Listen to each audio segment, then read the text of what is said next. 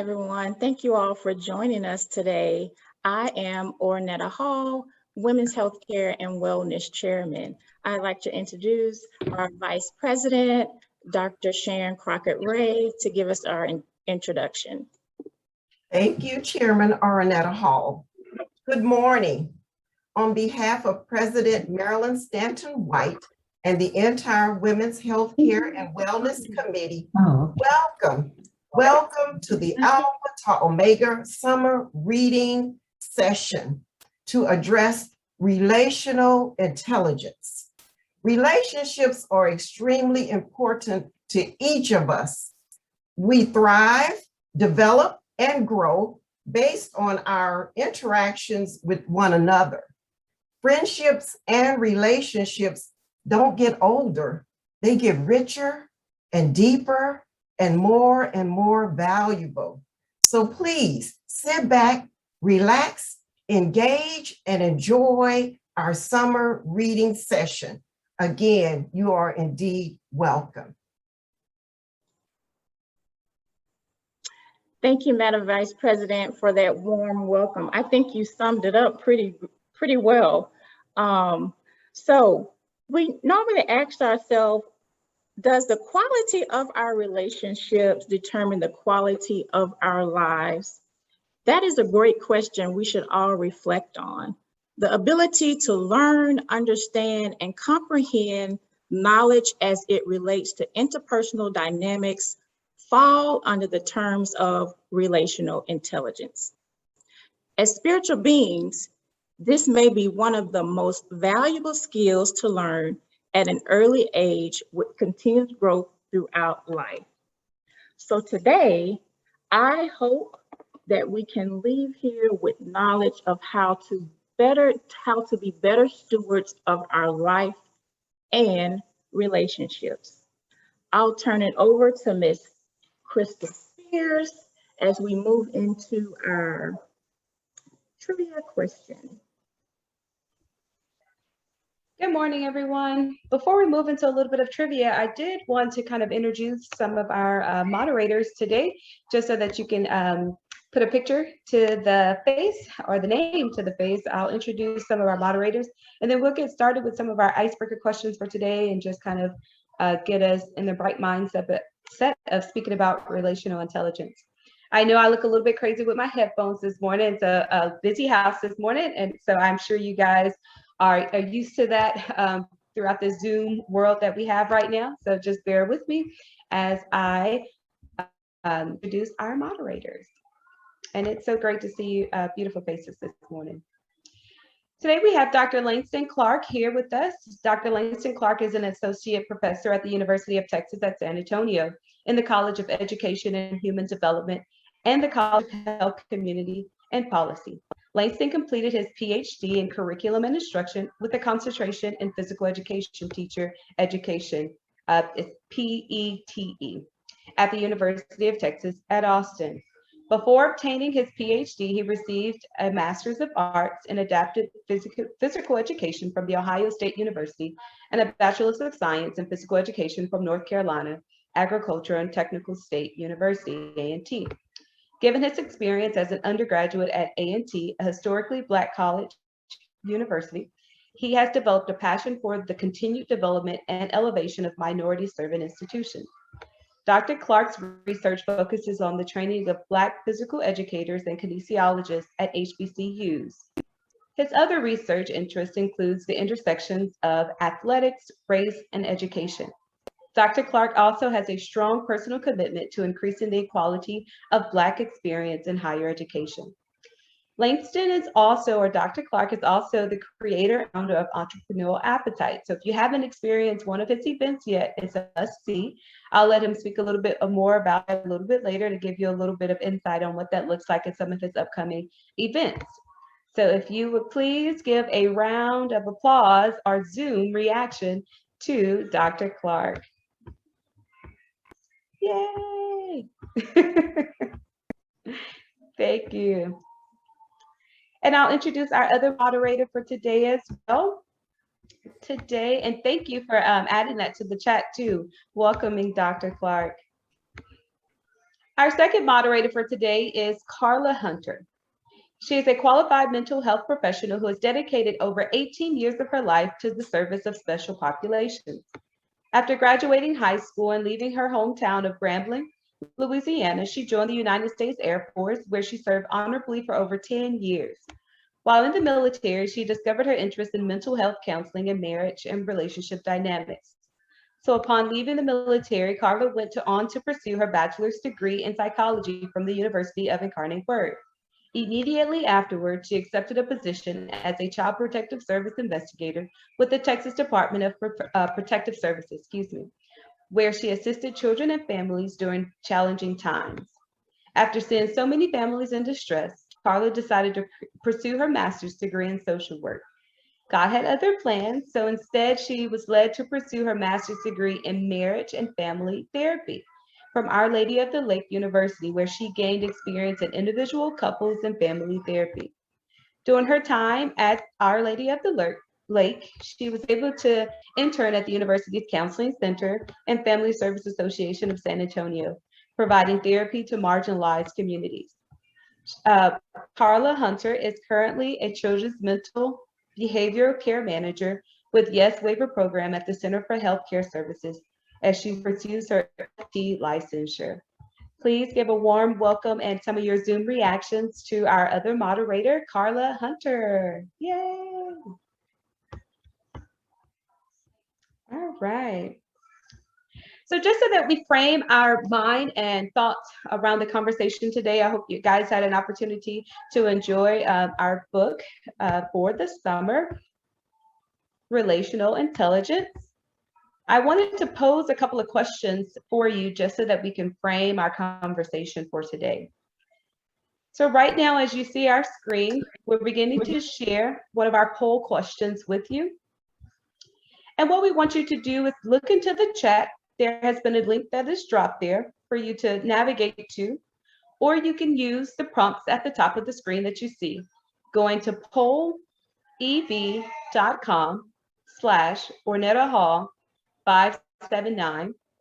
You can even use your phone and text Ornetta Hall to 22333. Once you join that platform, what we want you to kind of share with us is a word or a phrase that describes relational intelligence to you. I'm seeing some great responses kind of pop in already. So we have cleared out the responses. If you'll respond again and enter your word or phrase that describes relational intelligence to you. Balance, that's a good one. Discernment,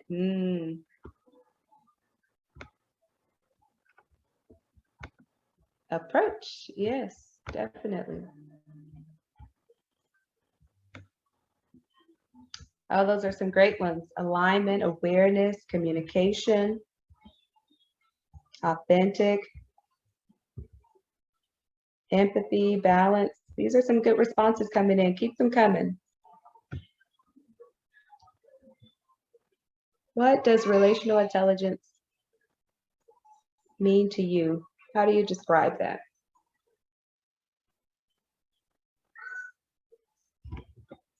Awesome. And if you were not able to reach the platform and you want to just kind of share some of your thoughts, you can enter it into the Zoom chat area as well.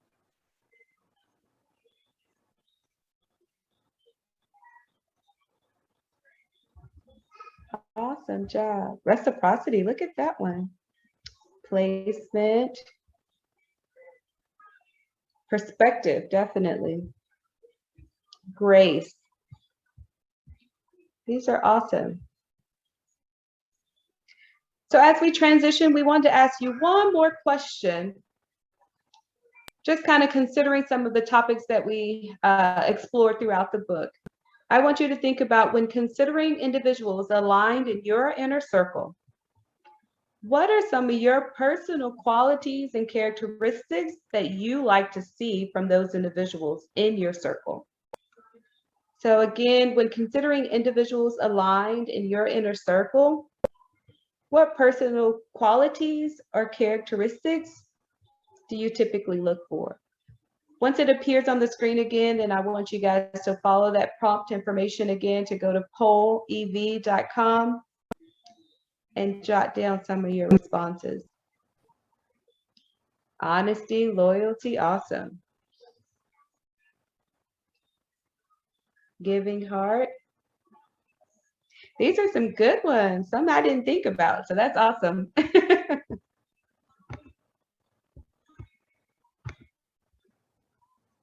Resilience, trustworthy.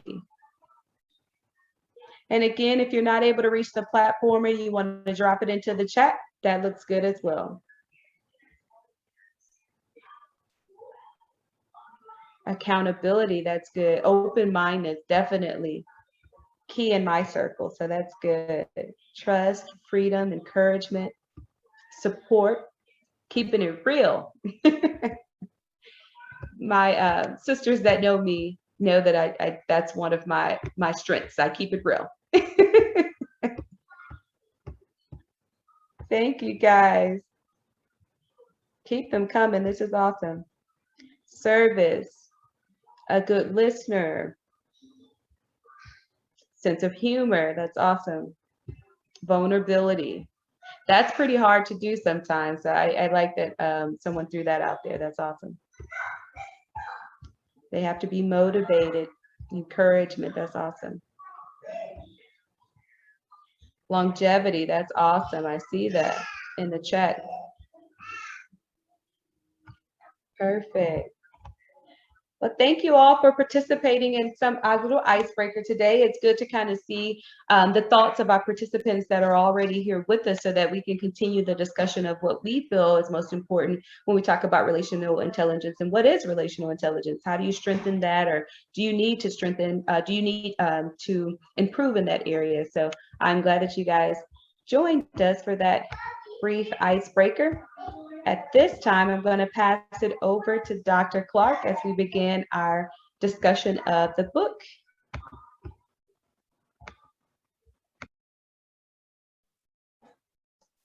Hello, everyone, and thank you all for having me here today as your guest. I was told to make a note that when it's time for everyone to speak, that you won't be able to be spotlighted if your camera is off. So if there's a time where you want to jump in to ask a question, or later on during the program when we have the opportunity for people to share out more freely, if you would like to be seen, I would just like you all to note that you have to turn your camera on so that we can see you in order to be spotlighted like this. Crystal mentioned in my introduction that I am the founder of Entrepreneurial Appetite, which is a series of events dedicated to building community, promoting intellectualism, and supporting Black businesses.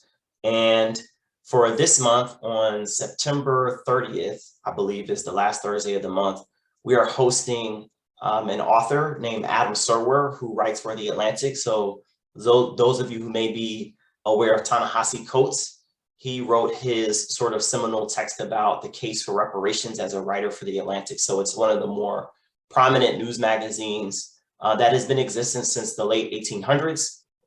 And Adam Serwer is an up-and-coming Black author with the magazine. Has written his first book called The Cruelty is the Point, Essays on Trump's America. And I know that can be triggering for some of you, but it is really an insightful sort of nuanced discussion about the culture that was produced by Donald Trump's impact on the United States. And so he has some outstanding critiques of what was produced in our country because of that. And I think it's timely, given that it's 9/11 and we need to start thinking about coming together, because that was one of the moments in our nation's history where everyone came together to sort of support one another and be empathetic to the struggles that were going on in our society and even globally. So as we progress through the day, I'll type in the chat the web link for you all to be able to join those discussions. Also want to announce, I saw that you all have this, y'all are doing some partnership in HBCU Health Professions Fair or something like that. So the last book discussion we had, we featured an author named Adam Harris, who also writes for The Atlantic, and he wrote a book called The State Must Provide.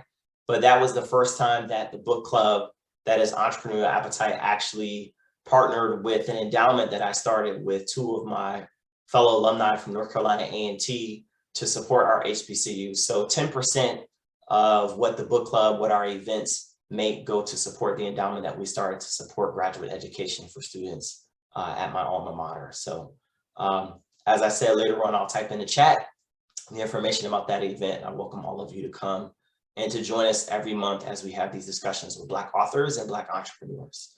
So I want to get to talking about the book really quickly. And I think this book was Ornetta's idea, if I'm not mistaken, right? And so just some history. So Crystal and I had been going back and forth about an author. I had somebody in mind, Resma Menica, who wrote this book called Grandmother's Hands, I think is the name of it, but it talks about how we hold trauma in our bodies. And I had never heard of Relational Intelligence or Dharius Daniels, the author of the book.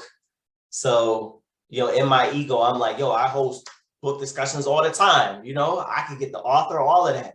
But man, this book was outstanding. So Ornetta, shout out to you for, pushing through with that, because it has been very insightful and wisdom giving to me. And so this is something that I'm going to keep with me, and I'm going to continue to study as I think about the nuances of my relationships, as I think about the way that I assess my relationships, as I think about the way that I go about discerning my relationships, assigning them, defining them, all of the topics that were sort of outlined in the book. I saw a post on Instagram the other day, and somebody was saying that it's almost cuffing season, or maybe it was in this chat for young professionals. So I'm no longer doing the cuffing season thing or anything like that, because I got married. But it was interesting how this time of year, it's not quite the holidays, but summer is ending and people are starting to think about getting into romantic relationships if they're single. And what I've been thinking about with that, also in terms of the book, is that so much about so much of the advice that we get about relationships, so much of the books that we read about relationships, maybe even oftentimes so much about the sermons that we hear in church about relationships have to deal with our romantic relationships and gaining wisdom and knowledge and how to navigate those things, especially as someone who's newly married. The coaching that I'm getting from my mentors, from my friends, that wisdom is about how to be a better husband, how to be a better boyfriend or girlfriend or wife. But we oftentimes neglect the other types of relationships that we have in our life. And I think that is what is particularly special about this book, Relational Intelligence. So I want to start with that. I want to ask a question that you all can also sort of maybe type in the chat or respond to in the chat. At what point in your life did formal character education stop for you? So let's not think about sort of like your religious, like what you may get if you're a religious person on Sundays, but like I'm talking about like even in your schooling, right? At what point did character education stop for you? And I'll give y'all like 15 seconds if you can think back, or maybe you never had it, right? If you never had it, maybe you didn't. But if y'all could just type in the chat and I'm gonna respond to it.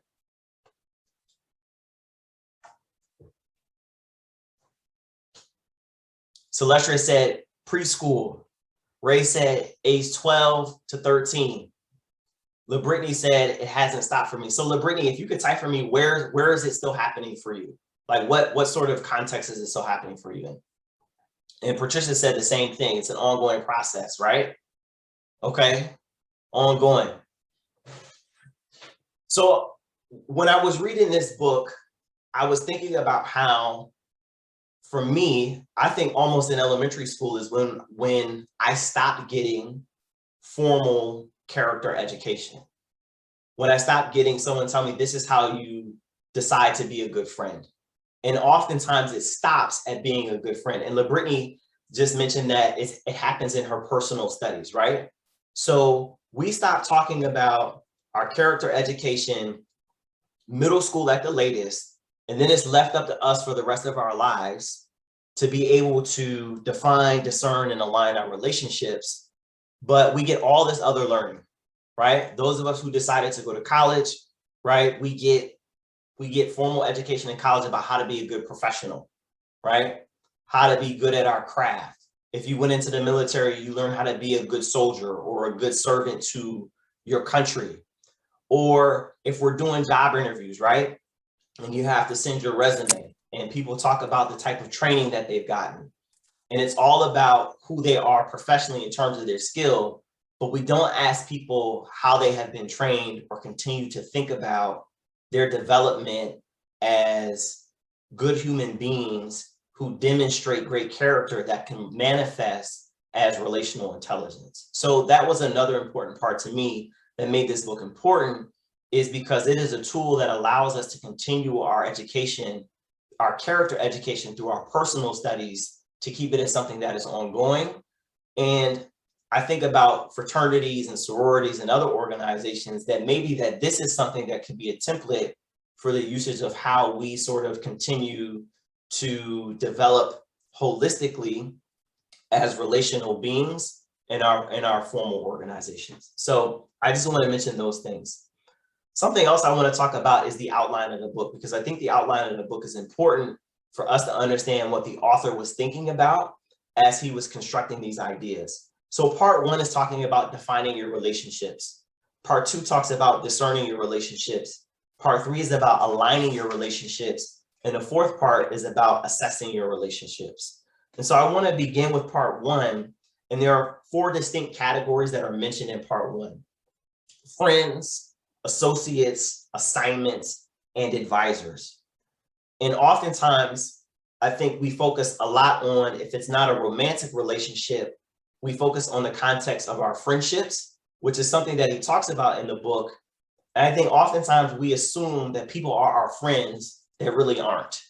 But that doesn't necessarily mean that we don't have a positive, uplifting, important, spiritually based, edifying, gratifying, important, significant relationship with those people.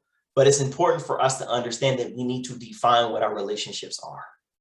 And I know that part of the broader discussion that we were trying to have is about mental health, but I wanted to think about, as we continue to engage in these discussions, about how much stress could be relieved if we actually had well-defined boundaries and understandings of our relationships.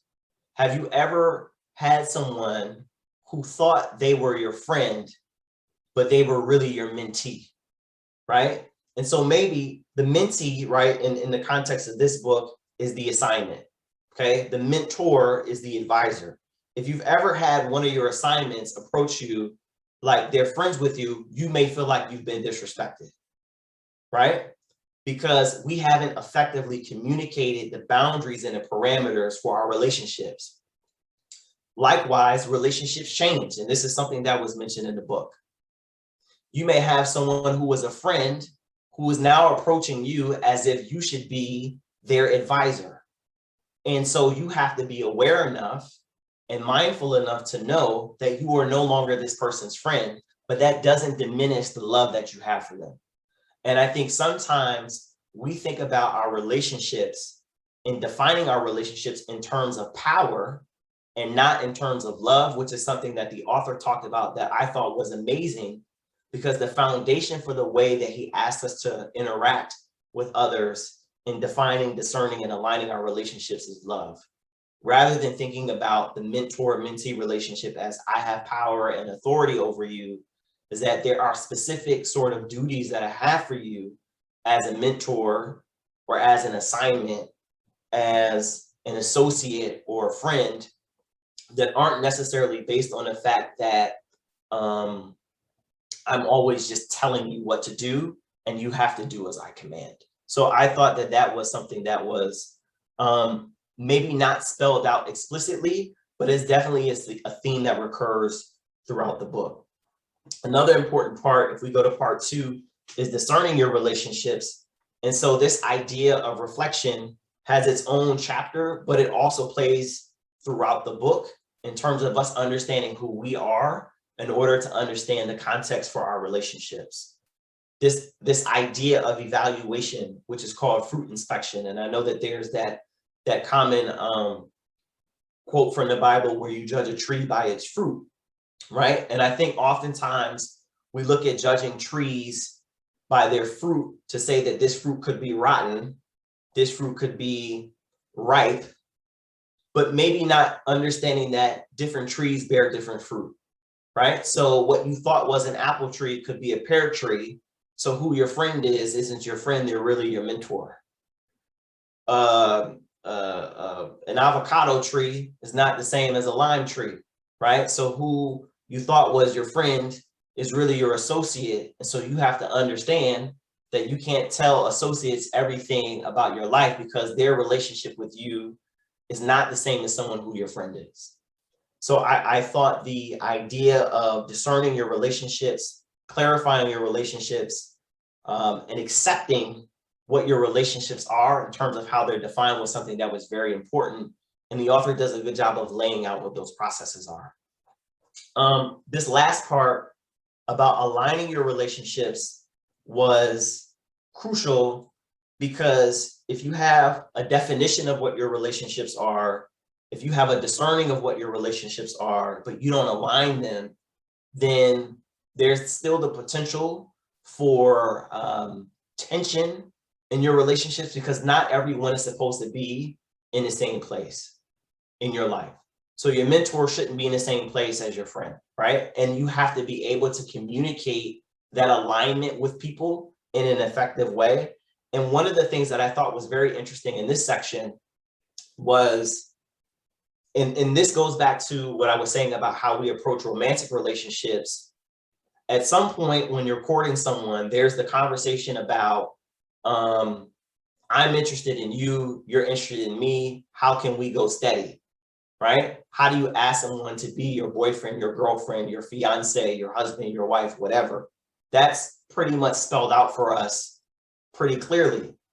But when is the last time we actually asked somebody to be our friend or asked somebody to be our mentor? The last time I asked someone to be my friend was in like kindergarten, first grade. Will you be my friend? You know, but these are things that maybe we have to think about explicitly doing even in our adult lives, right?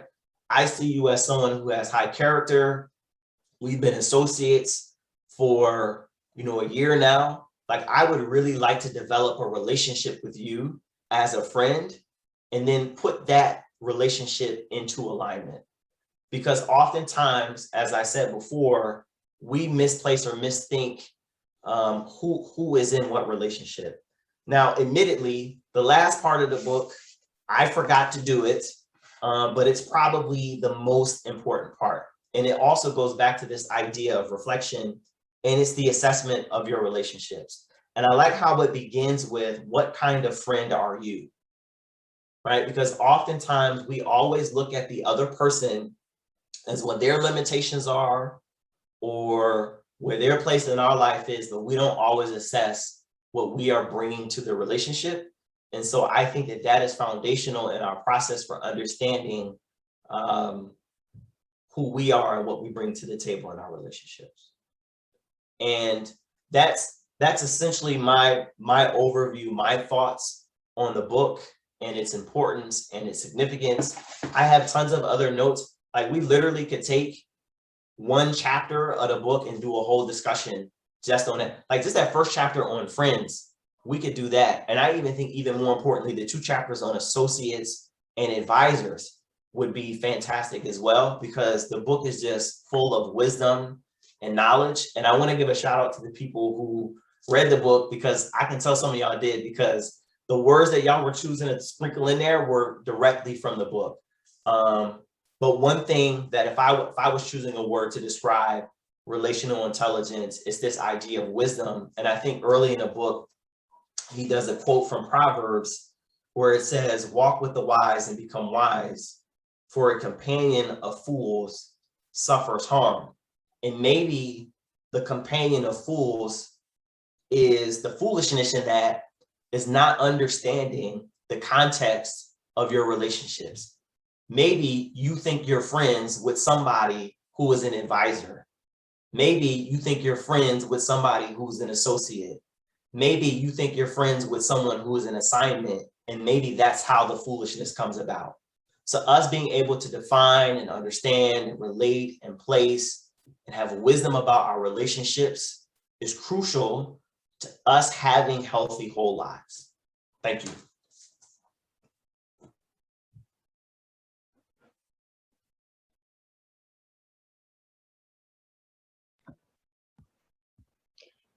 Thank you, Langston. That was awesome. I think that we all learned a valuable lesson there of, not just saying, hey, we're friends, without actually having that communication first, and just, working through what those relationships are, defining those relationships and assessing them. Because I know, just looking at the chat, some people said, there's a season sometimes for certain relationships and connections. And so maybe we become too attached to things that are only there for that particular season. So that's awesome. Carla, do you have anything to add there, just in the aspect of relationships and kind of that overall? I know that Dr. Clark kind of mentioned a little bit earlier of how sometimes that may add to our stress, is because we don't know how those relationships are in our life, or defining those particular relationships. Do you have anything to kind of add of, how can we kind of navigate this world of relationships and stress and mental health?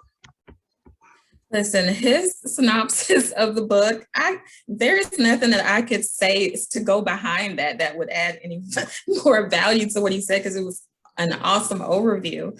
But I would just like to say, as far as the mental health aspect and learning how to discern where people go in your life is really important. Because when you take on so many people who are in your lives and they're in the wrong places, they can cause you stress in areas that you don't need it. And for your emotional and mental wellness, it is important that people are in the right place in your life. I get a lot of clients that came to me, and I would say 99.9% of the issue was family, was friends, was relational. And all aspects of our life is relational. So in order for us to have better mental wellness, it is important that our relationships are intact and we are choosing the right people who go in the right places in our lives. Thank you for that perspective, Carla. At this time, we want to kind of give you an opportunity to take a discussion a little bit further into a smaller group. And so what we have planned right now is 2 breakout sessions. So in each breakout group, you'll answer a question and just kind of speak openly about your opinions or perspective on that particular topic. So what we'll do is we will send you to a breakout room and you'll answer the following question, but I'll give you a little bit of instructions before you break off. So the first question that I want you to think about is, how might relational intelligence be a tool or buffer for maintaining your mental health? So that question again is, how might relational intelligence be a tool or buffer for maintaining your mental health? So when you get into the breakout room, I want the person that has a birthday date closest to today's date to kind of lead the group in the discussion. So that birthday can be either after or before, but whoever has the closest birth date to today's date. So we'll go ahead and give you a breakout room. It should pop up on your screen pretty soon, and then you'll just click that invitation to accept the breakout room. The question will be dropped in the chat again, and we'll give you about 5 or 6 minutes to just discuss that question amongst your small group. If you have any questions before you break out, just let us know. You can drop it in the chat or unmute.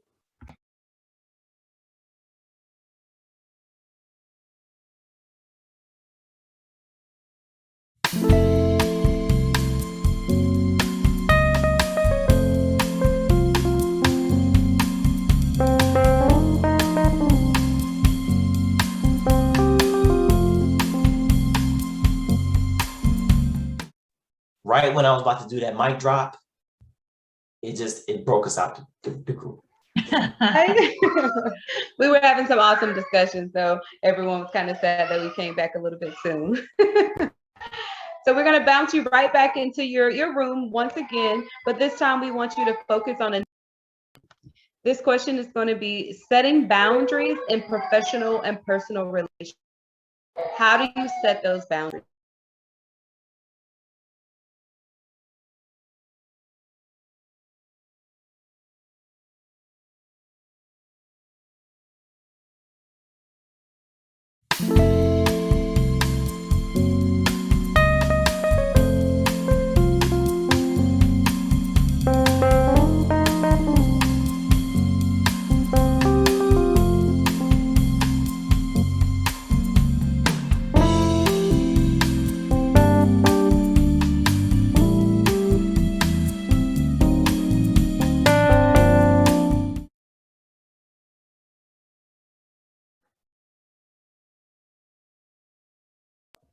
All right, it looks like more people are starting to come on back to the main room. We'll give a couple more minutes for everyone to return.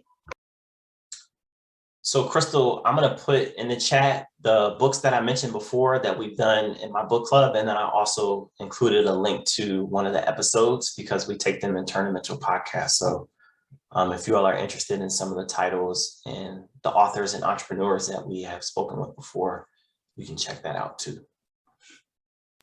Great. And again, if you have not checked out one of his series, definitely check out one of those events, the one that he talked about that's coming up September, remind me again, 30th? Yes, September 30th. September 30th is the next event, and it's just an awesome discussion session on the book. All right, we may have everybody back. It seems like that's been a minute. We dropped a couple of participants, but it seems like we have everyone back.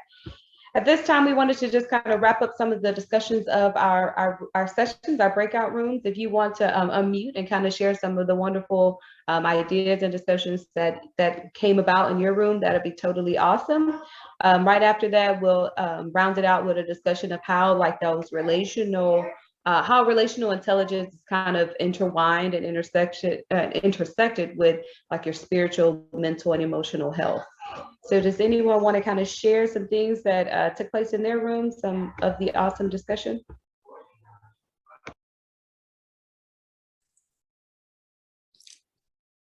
I have a share. So Naisha was saying, she just made me think of something that makes perfect sense. How people respect your boundaries, that puts them in the category of how you're going to engage with them and interact with them as far as being a friend. If they don't kind of respect your boundaries, then they either go in the no friends or they go in the associate. And I thought that I was like, wow, that makes a whole lot of sense. But at the same time, people have a difficult time keeping those boundaries with friendships. And we allow so much to go on in our friendships, but in relationships, we are quick to set the boundary, we establish the boundary, you break it, that's it. But in friendships, we don't do that as much as romantic partnerships. So I thought that was very enlightening, Aisha. That's great. I think we talked a little bit about that in our group as well. Jordan was mentioning she had some friends that may not be necessarily respecting her boundaries right now. And so she has to reevaluate to see if they are truly friends. So that's awesome. Natalie, you want to unmute? Just to piggyback off of what Carly just said, for the city of San Antonio, we're wrapping up our fiscal year, so it's time to do end-of-year performance reviews. And so I picked with my friends on if we looked at the last annual year and did a performance review on our friendships, how would you rank those? Did we exceed expectations? Did we meet them, or did we not? And so that's a lot of the conversations that we have. Awesome. Anyone else? Just raise your hand and we can bring you on up to share out. Like literally raise your hand, Ray. No, that's fine. Go ahead, Ray. I keep forgetting. You know, I'm a school teacher. You say raise your hand, it goes up. Well, we were just starting the conversation about personal relationships, i.e. family. And making the mistake that just because they're family, that they may fall into the category of I've labeled them the first category one, category two, and category three. Category one, John, Peter, and Paul, and then category two, the disciples, and then category three, the others. And we want to put family, we'd love to put family in that category one, and certainly at least in category two, and sometimes they're not even in category three. And that's a really difficult place to be in, especially when it's your own siblings. And so, and it takes a bit to understand that relationships, family, when I say relatives, don't necessarily translate into those healthy boundaries. And I think we can get really, I think he used the term a damage, a soul wound, that can cause a soul wound. So, Ms. Atkins, I think what you said is like profound. And I'm also thinking about, we don't live in a culture that defines relationships, I think, as explicitly as they need to be, other than like your marriage, romantic type of relationships. And even in some cases, those aren't defined well. If we lived in a culture where our relationships were defined better, even with family, do you think it would be less likely for us to have those soul wounds? Or would it be less difficult to say that, like, I have a cousin that I don't talk to that often, so you're in category three, not because you did anything wrong, I just don't know you, that I'm just not that close to you. You know what I'm saying?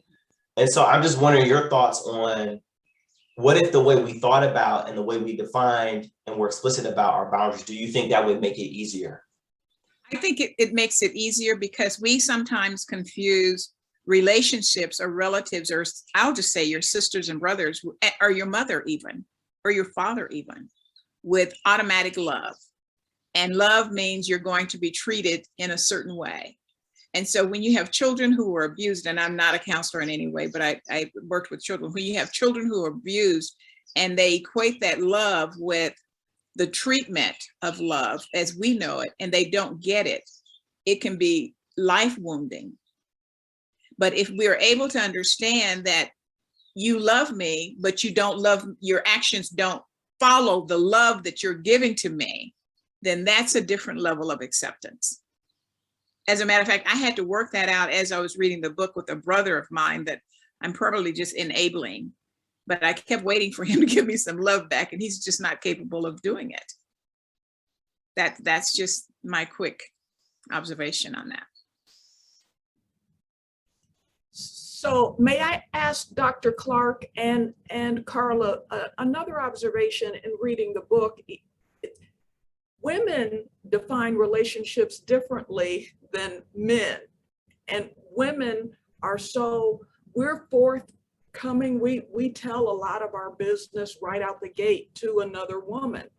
And I think that therein lies a lot of problems in relationships between women. Whereas when I notice who my husband considers a friend, these are the people he plays tennis with. He doesn't tell personal things to. They play tennis, golf, what men, and even male-female relationships are different and can be difficult. But I just find that sometimes with women, relationships end up so strained because we generally do tell a lot of our business right out the gate in a work relationship or with family, and then hurt can happen, disappointment can happen. So that was. You make an excellent point, Michelle. You can go ahead, Brittany. I'm sorry. Oh, sorry. I was just gonna say I love what she said, and I've lost so many friendships and ended so many friendships due to that reason, you know, telling what's going on in my personal life, to where I was hindering a lot of relationships. And I know growing up, it wasn't looked upon to go to counseling for issues that you're having in your personal life. And ever since I got I started going to counseling and talking with my counselor instead of family and friends, my relationships all were so much better. That makes But yeah, it makes sense because my husband, his best friend that he grew up since he was a kid, he don't know anything that ever went on in our household because they are friends. They, you know, played a game together, talked together, but they never discussed their personal business. I have been in a lot of groups where men have been talking. And one of the chief complaints that I get from men or that I hear is that they don't feel safe. So when men don't feel safe in relationships, they tend not to be as expressive as we are. As women, we are more by nature, I think, empathetic. We tend to be more communicative. We tend to listen more. So we kind of feel safe enough in our relationships with other females to divulge that kind of information when they haven't proven themselves worthy of our vulnerability. So that's where this book is excellent when it talks about discernment. Just because you go shopping with someone, or just because you go to brunch with them, just because you go to church with them, doesn't mean that they are qualified to be your friend. And that's where we need to practice more of our discernment. So that's a great point, Michelle. And I wonder, I'm Kimberly, I wonder how much of it is cultural as well. So we have, you know, gender, culture, and I know, you know, and I think, you know, in the African-American culture, sometimes back in our history, there are secrets we're not even aware of. You know, sometimes people may not know their grandparents or great-grandparents' names, or if there might have been a child from another family, and there's those taboo topics that are never brought up, and the communication is not there. And then we go back and we try to trace, you know, do genealogy, and we struggle because the stories weren't told all the time, or you wondered, you know, about certain skeletons in the closet. And I don't know, you know, when it comes to Black men, I think, of course, women, we, you know, it's like Mars, Venus, women are from Venus, men are from Mars, and we express ourselves differently, you know, as men and women.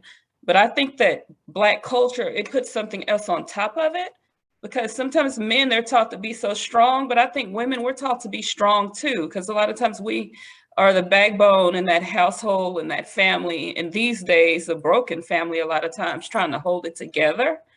And sometimes I wonder if that's why we struggle with relationships. You know, you hear a lot of research from in the 50s, 60s, and before that, Black families were a lot stronger than they are now. But, you know, there's just that breakdown. I think overall it goes back to communication. And without that, relationships really struggle.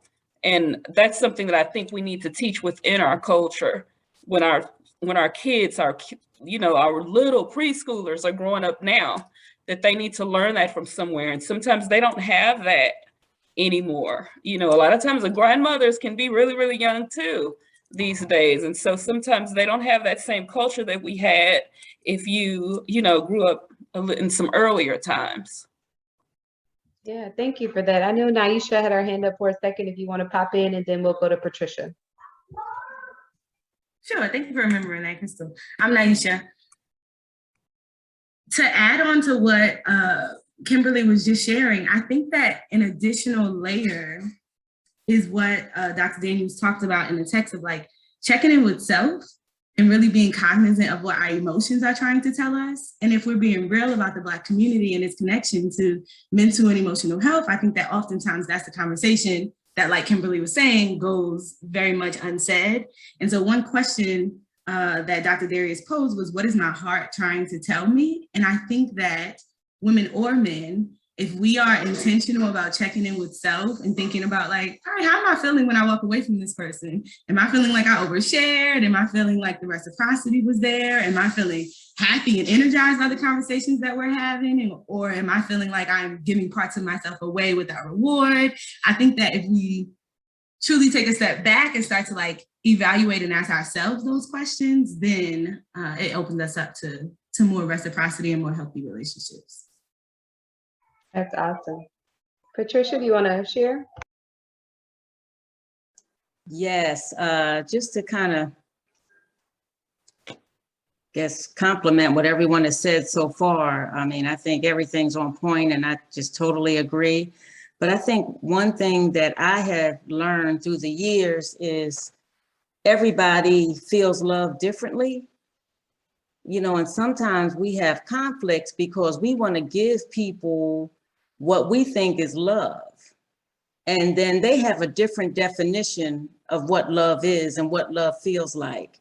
And, you know, Dr. Daniels talks a little bit about it in the 5 Love Languages book, because I have run into problems where even with my son, when he was struggling a little bit financially, when he got his first job, I thought he needed money. So I was like, oh, I'll put money in his account. But that's not what he needed at the time. He just needed emotional support, you know, for me to encourage him and say, hey, everything's going to be okay. I'm here for you. But sometimes we think that people don't love us because they don't love the way we expect them to love them. They don't show us love the way we expect to receive it. So I think it takes some work, and if people are important to you and they're truly people you love, you have to put some time and energy into understanding what love looks like to them. And then you're better able to meet a need that they may have. So that's my 2 cents. Yeah, that's a good point. We talk about those love languages a lot. Yeah. So it's not necessarily knowing your love language, but knowing someone else's love language. So that's awesome. Yes. Thank you. Thank You're you for welcome. sharing. So we'll wrap it up really quick. Carla, I don't know if you want to speak a little bit about, and we kind of was moving towards that way of, you know, how these relationships kind of morph into your mental sanity, right? Because some of these relationships can be very taxing if you don't put those boundaries on it or have those certain expectations already set. And so sometimes that can be very mentally draining, physically draining, and maybe spiritually draining. So you have to go back and recharge in some type of manner. And so, Carla, if you can just walk us through maybe some tips, you know, what should we do when we need to kind of recharge?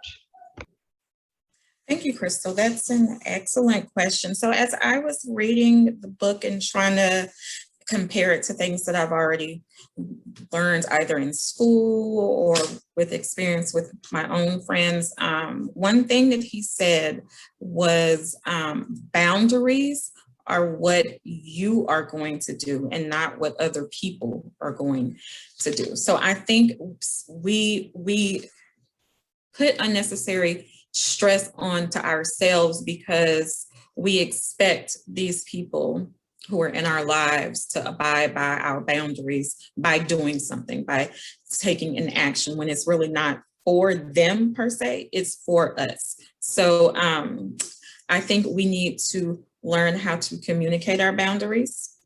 We need to express those boundaries to the people who we want in our lives and allow them to either accept it or not, and be okay with, just like he said, at the end of the book, when you're assessing, you have to do an elimination. Because if you don't, then you're going to find yourself surrounded by people who you are constantly overworking to prove yourself to, and you don't have to do that. Set the boundary, communicate it. If they don't abide by it, that is one less person who does not have the capacity to be in your life. And as far as the other parts of the book, and one aspect of it is self-care. Choosing the correct people in your life is a form of self-care. And you have to constantly do those evaluations in your life all the time. Like, there is a running joke in my friend circle that, oh, it's evaluation time. Let's see who needs to be eliminated. And it's a joke, but I'm being serious. In my mind, I'm constantly, how am I serving them, and how are they serving the friendship? You have to do those things. That is a big part of your mental health. and spiritual health. If they're not contributing to, or they are spiritually draining, I would say. There are some people who are emotionally draining, mentally draining, and spiritually draining. They're like spiritual leeches. And that affects your mental health, your spiritual health. If they're pulling you away from, if you're Christian, if they're pulling you away from God, then they're not supposed to be in your life. I think that's very important to just do those evaluations in your life. Thank you, Carla, for, oh. I wanted to add one part. So as it relates to, I know we often think about friendships as far as the stress and anxiety and mental health, but there's also an addiction component to relational intelligence. So there was this study called the Rat Park study. They put a bunch of rats in a cage and they separated the rats after they got them high off of cocaine. And the ones who were in community, they did better in recovery than those who were alone. So when we think of family who have addictions, the relational component is very, very, very, very important to help them if you can. So I just thought I would add that in. Awesome. So I am going to wrap up just a little bit, and I'll let Africa Ray join in just briefly, but I do want to thank Dr. Langston Clark and Carla Hunter for joining us today and moderating the event. I think it was a fantastic job and some awesome conversation and discussion that came from it. I'll let Africa Ray jump in and do her final thought. I'll let Dr. Langston Clark and Carla just kind of did her final thought, but then Dr. Langston Clark, if you want to do a final thought, and we'll do a little raffle prize to thank the participants for coming today. Thank you so much. Yes, I'll be brief. You know, something that Carla said about that evaluation period, what came through my mind is when we do that evaluation of our friendship circle, I think in that instance, that's when we're holding ourselves accountable to our boundaries. Because literally it's us. Are we going to do what we said we're going to do? If these are certain things that we're saying are part of our non-negotiables, are we holding ourselves accountable to do what needs to be done? And I think the more that we practice that, the more that it becomes healthy and it becomes edifying to ourselves. And then it's not something weighing on our mental health because we're doing what we said we would do. Thank you so much. Oh, that's definitely true. That's the hard part, right? All right, Dr. Langston Clark, you have any final wrap-up thoughts before the raffle? I just want to thank y'all for having me. I appreciate the opportunity to speak with you all, and I look forward to doing it again. So maybe there'll be an opportunity where my book club and your book club can get together again, and we'll have some fruitful discussions. And I told Ornetta this, one day we're gonna get Dr. Daniels to come. I'm still working on it. It may not happen in 2021, but at some point, you know, I'll keep putting feelers out there to see if he'll come join us or something like that. So thank y'all for having me. Thank you, thank you. And on behalf of Alpha Tau Omega Alpha Kappa Alpha chapter of Alpha Kappa Alpha Sorority Incorporated, we just want to thank you guys for joining us today. We do have some gifts of appreciation for Carla and Dr. Langston Clark for joining us. So we'll capture your email address and home address in the chat if you'll send it to Jennifer Williams so that we can get those gratitude sent out. At this time, we'll do 2 door prizes, and it's just a spin and wheel raffle to thank you all for joining Alpha Tau Omega in this book club event.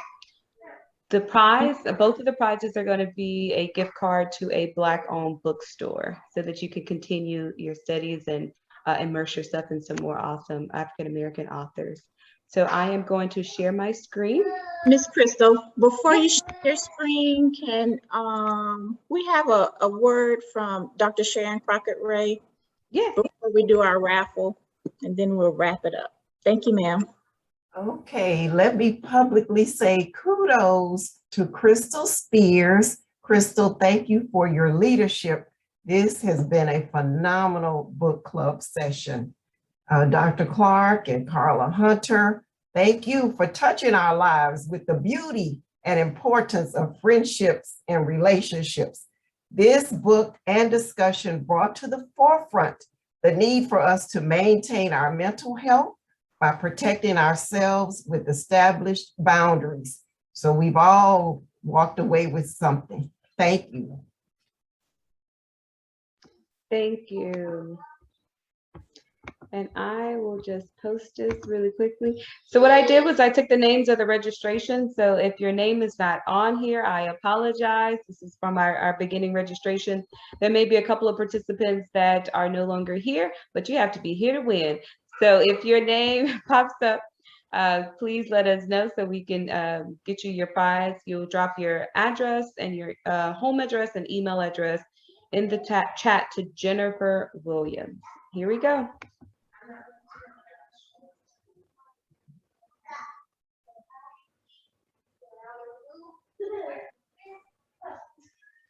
Rochelle, are you here? Rochelle? I don't think so, right? We'll spin again.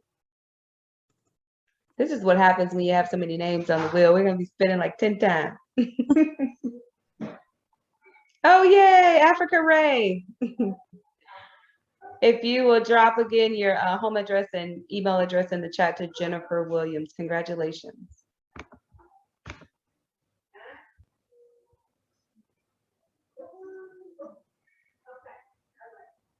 And oh, look, this is my friend from our chat, Jordan Thomas. Are you still on? Yes, I'm still Oh, here. yeah, perfect. Yay. She gave some really good information in our little small group breakout session. So awesome job. If you'll drop your information in the chat to Jennifer Williams. All right.